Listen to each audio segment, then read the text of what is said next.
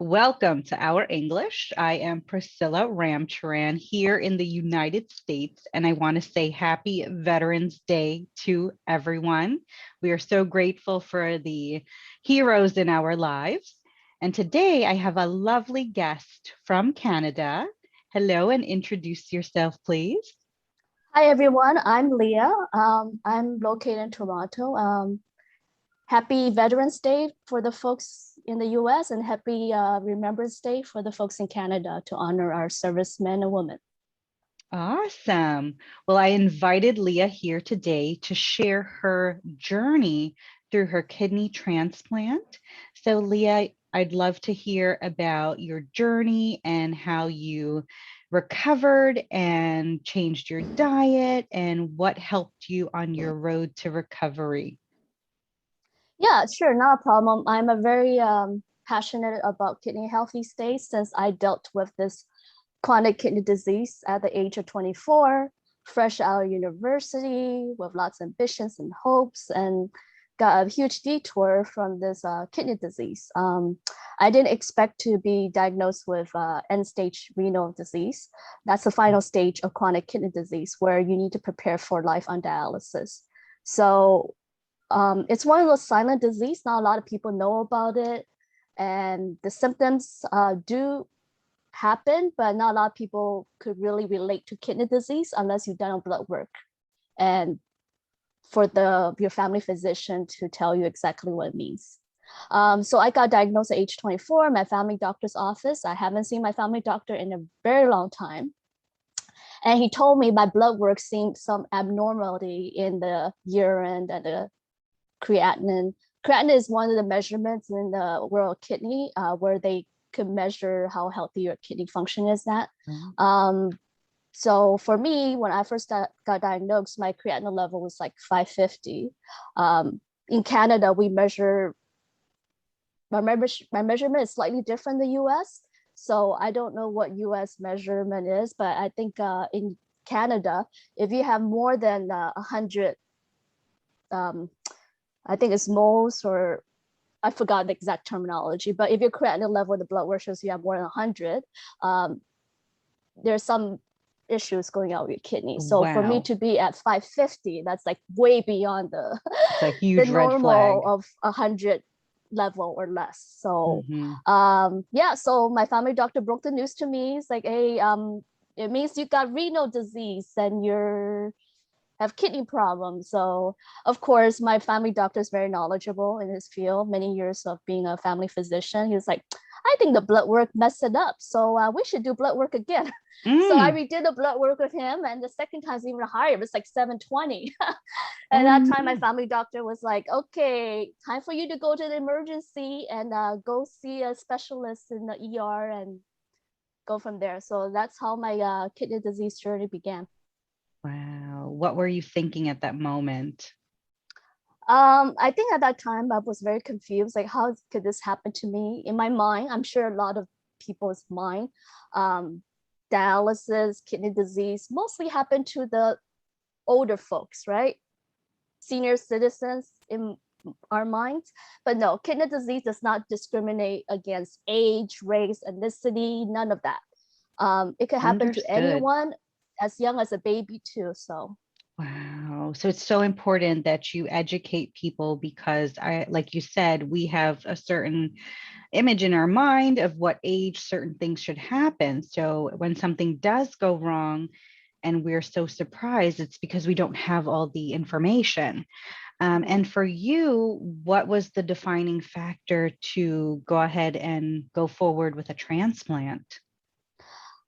it was not an easy journey to transplant, but here in Ontario, my home province, it's a long waiting list to get a transplant. There are two forms of transplant that people could try to be on.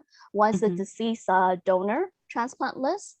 You're waiting for someone who passed away and for that deceased person's organ donations to go to you. But it's a long, rigorous process. You have to be like 110% healthy.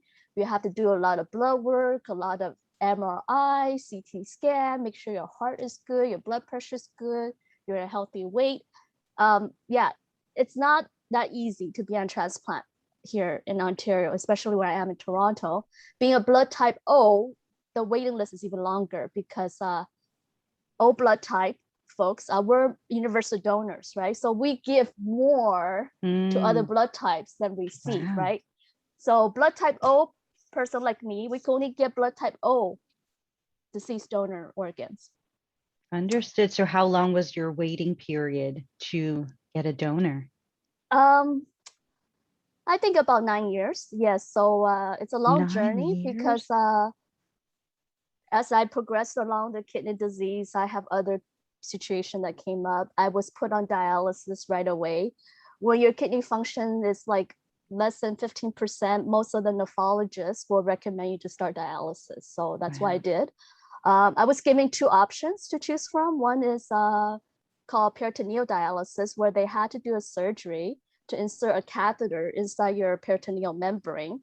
And there's a little tube sticking out of you. So that's your access point to doing dialysis at home. All the renal teams will educate you how to do the manual format of the dialysis manually. They will teach you how to, drain your stuff from your catheter into the bag in case that anything does happen with electricity wise, you have a backup plan.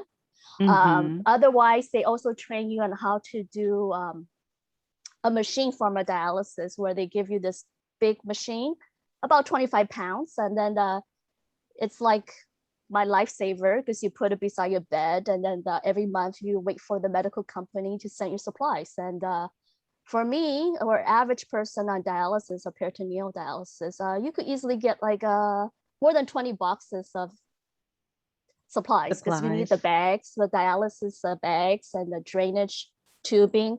So when I was doing peritoneal dialysis, I would get like many, many boxes for 1 month delivery. So you were blessed and fortunate to have things work in your favor, even though 9 years, goodness 9 me. years, yes. You name it, I've seen all the specialists. I've seen You most are of a the specialists. strong person. Yeah, I've seen a neurologist, dermatologist, infectious disease specialists, yeah, cardiologist. I've seen a lot of ologists. So. Right. So what would you say to someone who is now in your shoes these many years ago? Well, definitely get as much knowledge as you can about kidney disease, the means of treatment available. Right now, there's no cure for kidney disease. So the only treatment plans are dialysis, whether it's through peritoneal dialysis or hemodialysis. And the other treatment plan is transplant. Transplant is not a cure, it's only a treatment. And some folks are very blessed that they have one kidney transplant and that lasts many, many years. Other folks not so lucky, they might need more than one transplant throughout their lifetime. So then what happened with you and your eating habits and your exercise regimes? What had to change for you? Well, definitely being a dialysis patient for the 9 years, 7.5 years through the catheter treatment plan, it gives me more mobility. I could work, I could do stuff, but I need to plug to the machine and do treatment at night. You don't get restful sleep. Definitely you need to be on the low sodium diet. Sodium is not your friend, being a dialysis or kidney patient at all. High sodium, bad. It's just there's so much sodium in our food. You try to be eat as low sodium as you can, but it still get into your food.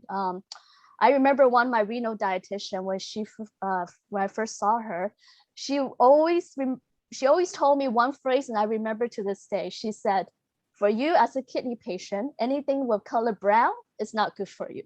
Anything white, that's good for you." So basically, I can't eat brown rice, I can't eat brown bread, I can't eat anything brown.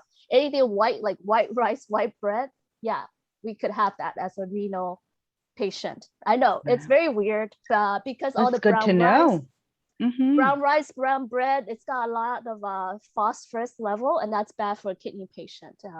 So in general, would you say for anybody to avoid Brown foods? Um, Not unless you're been diagnosed with kidney disease in general, right? Okay, If so you it's a don't have any matter of, kidney issue or whatnot, you don't have to be on the renal diet, they call it, right? But you should still watch out for your sodium level and your blood pressure. absolutely. So it's a So matter of digesting specific kinds of foods. yes, yes, because a lot of foods have a lot of preservatives and chemical, Yes. and they might food products may add extra phosphorus level in it, and that's not good. And because as a kidney patient, we get a blood work done on a monthly basis. If you are on dialysis, they have to watch out for certain elements like your sodium level, your potassium level. So some patients can't have bananas because bananas are high in potassium, and potatoes high in potassium. So there are specific foods as kidney folks we have to avoid if we've been diagnosed with kidney disease. And you are okay with avoiding some of those in general, or do you miss anything in particular? Well, when I was a dialysis those years, I have to really watch my diet. Yeah, because once your level gets out of control, it's not good, right? So, yeah, you just have to be really careful because your kidneys are really important organs. Once they malfunction, you are in trouble because they're like the chemists of your body. They balance your various hormones in your body, your water level, your calcium, and they produce red blood cells, your hemoglobin level. So once you can't produce that much urine, everything in your body is a little messed up, right? So but I do encourage people that if you have two healthy functional kidney and you are feeling very generous and want to help save people's life, you could definitely donate a kidney to someone in need as a living Absolutely. donor. And if you have information about that, we'll put it in the description box. Yes. And if anybody has questions, maybe Leah, we can put your email address and you can, just share your story if you need to, or if you'd like to. Definitely. Because most people don't understand kidney disease in general. Some people don't realize they have like severe kidney issues until it's too late, right? Because some of the symptoms are so normal that people don't give much thought to. When I got diagnosed with my family doctor, I have some of those symptoms already. I will have muscle cramps at night. I need to go bathroom frequently at night. I'll be feeling very itchy in my skin, but most people, sometimes we have dry skin. We don't think too much of it, but if you have continuous itchy, should be looked into. Wow. And you were mentioning, this is very valuable information. You were mentioning about plant-based diets and that you were more geared towards that. Yeah, hold on, I just need a sip of water. Go for it. Nice cup. Yeah, thank you. I've always been interested in plant-based diet because I always want to know what diet changed my blood work, make me feel better. I'm a work in progress. I can't say I'm fully vegetarian, but I've been shifting more toward a plant-based diet right now because I've seen the difference from my blood work. Recently, like I did my blood work in October, it was like 287 creatinine. It was still kind of high. And then eat more plant-based meals. And I still have a little bit of animal protein, but way less. And I did blood work like last Friday. My numbers improved significantly to 228. So I'm really happy with the result. I can't say I'm gonna ditch my animal protein anytime soon, but it's a work in progress. And absolutely, it's less stress on your kidneys if your kidneys are not working that well already. And this is for someone like me. I've been transplanted with a new kidney 5 years ago. So it's a balancing act, right? Absolutely. It seems like you're taking everything in stride. You're doing what you have to do to stick with your regimes, your dietitians, and everything that you need to do to maintain yourself. So that's, big kudos to you for giving your own self that strength to go forward and take care of yourself as best as you can.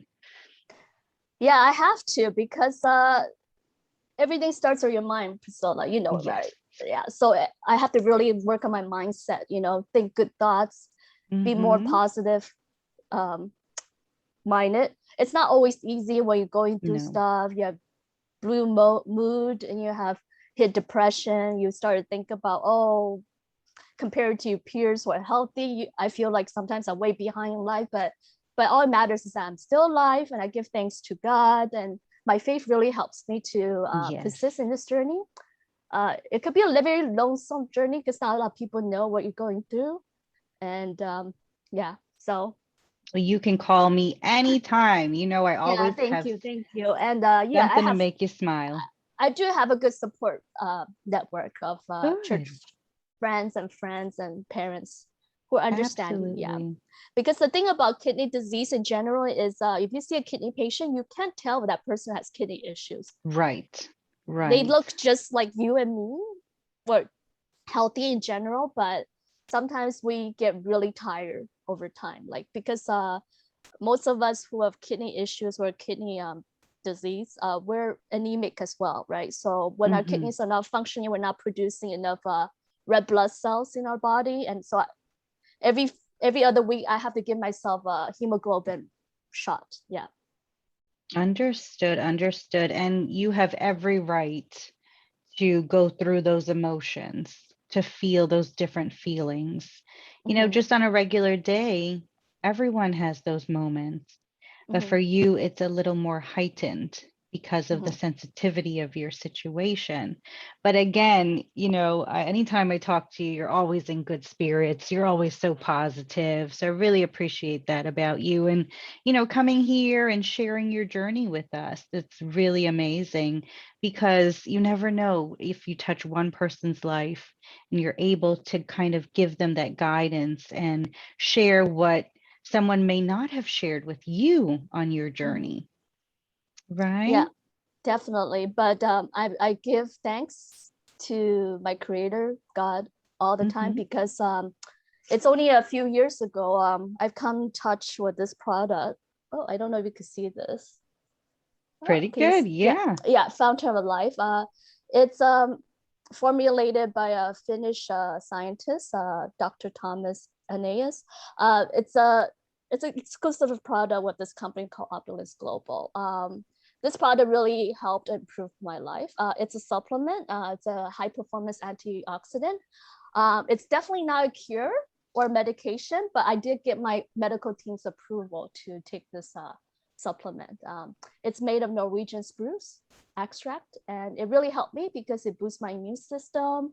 It's anti-inflammatory, so I use it almost for almost any other ailments like headaches and feeling a sore throat, anything. But it definitely helps with my kidney health as well because I did see improvement when I first taking it. I believe it was launched like 3 years ago.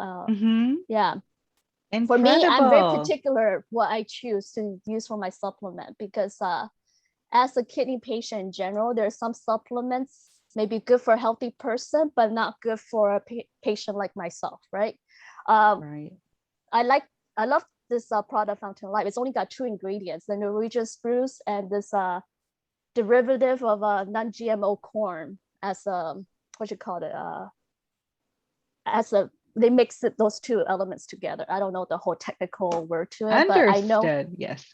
Wow. So you take that orally, the Fountain of Life, or do you add it to your coffee, your tea? Oh, I'm a straight shooter, so I could just I just measure how many. I don't even measure anymore. I just put under my tongue, so I'm just gonna take it right in front of you. Woohoo! I should have had my bottle here with me. Yeah. My bottle rotates around the house because we all share the Fountain of Life product. That's amazing. It's the highest source of lignans, right? Lignans is just another word for antioxidant. It's like the same family of flaxseed, right? And I've done my research. I ask questions. I don't just take any supplements out of the blue because you just can't. You just can't. No, I can't because there's some supplements that some other companies have. They have other elements that might increase my potassium level or my whatever level, right? But with this, I share what I know with my medical team and say, if it's not gonna increase your numbers, I have to go ahead to take it. But I would definitely encourage all people with any kind of ailments to be truthful with your medical team that you want to Yes. try this supplement and out and see, like it's definitely not a cure. You have to be consistent. For the last while, when I haven't been consistent in taking my daily supplement as Fountain of Life, my numbers are off the whack. That's And now I'm also incredible, changing my right? diet, so it helps too. Well, your energy just changed so much when you held up the Fountain of Life. I have to tell you, your smile just lit up. And I also use Fountain of Life for multiple reasons in the family. And having that connection with you only inspires me and empowers me more to continue my journey with Fountain of Life. That is amazing. Yeah, definitely. Because I used to have really hard time sleeping, Mm, and this improves my sleep. I'm not going to say I'm a perfect sleeper just yet, but I do get a little bit more deep sleep than before. But that's I still good. go to use the bathroom in the middle of the night. I asked my nephrologist that, why do we always have to go to the bathroom in the middle of the night? And she said, well, apparently your kidneys produce a lot more during the night when you're sleeping, so that's why people have to go use the bathroom. So I know. I just wish like that half of you can go and the rest of you can stay in bed, you know? That'd be so ideal. it's true, but I just want to encourage people out there with any health concerns whatsoever. You do have a medical team, consult with them, work with them, treat them as your collaborative partner. Don't treat your medical team as your enemies or anything. Yeah, sure, the doctors and nurses may not always get it right all the time, but if you approach them in a diplomatic form, they'll be Right. more than willing to collaborate with you and come up with a plan. So Well, we'll definitely share the link for Fountain of Life. That's amazing. And Leah, I have to say, you're such a joy to talk to. You and I can go on for hours like we yeah, it's did. funny. I feel like we click, we could talk for hours, even though we haven't physically meet in person, right? So Absolutely. One day, one day. But I definitely, really definitely. appreciate you sharing your story, being open and honest, putting your experience out there. And we can only hope that your experience will inspire others to get themselves checked out. The symptoms may not always be there. Seek professional help, rely on your team. So Mhm. that is amazing. And trust what products you ingest in your Yes, body. definitely. I just like to add, like, sometimes when we're diagnosed with one condition, but after many years, we discover the true cause of it. In my case, I was diagnosed with end-stage renal disease at age 24.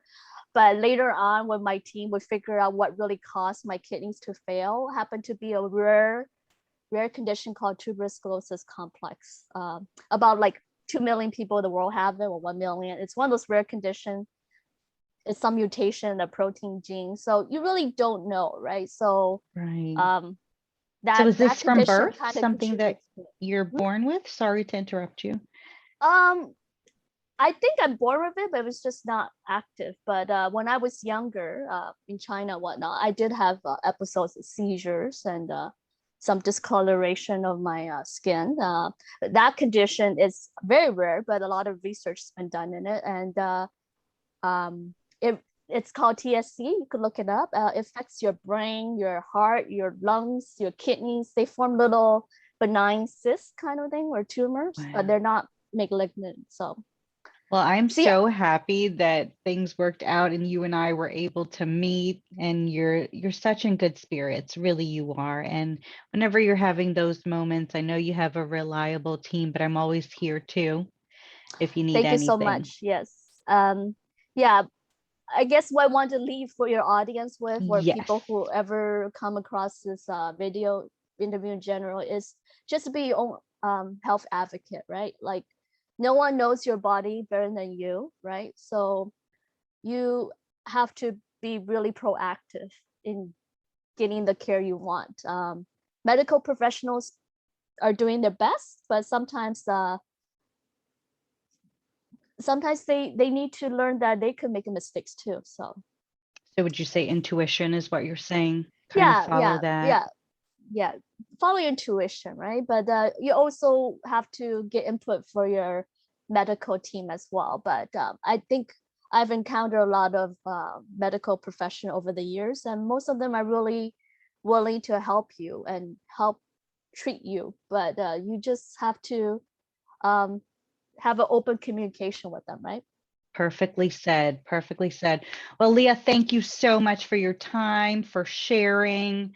You all are welcome to connect with us anytime if you have any questions, and have a happy rest of the year. Say Awesome. bye. Thank you so much, Priscilla. You're Bye. welcome. Bye-bye.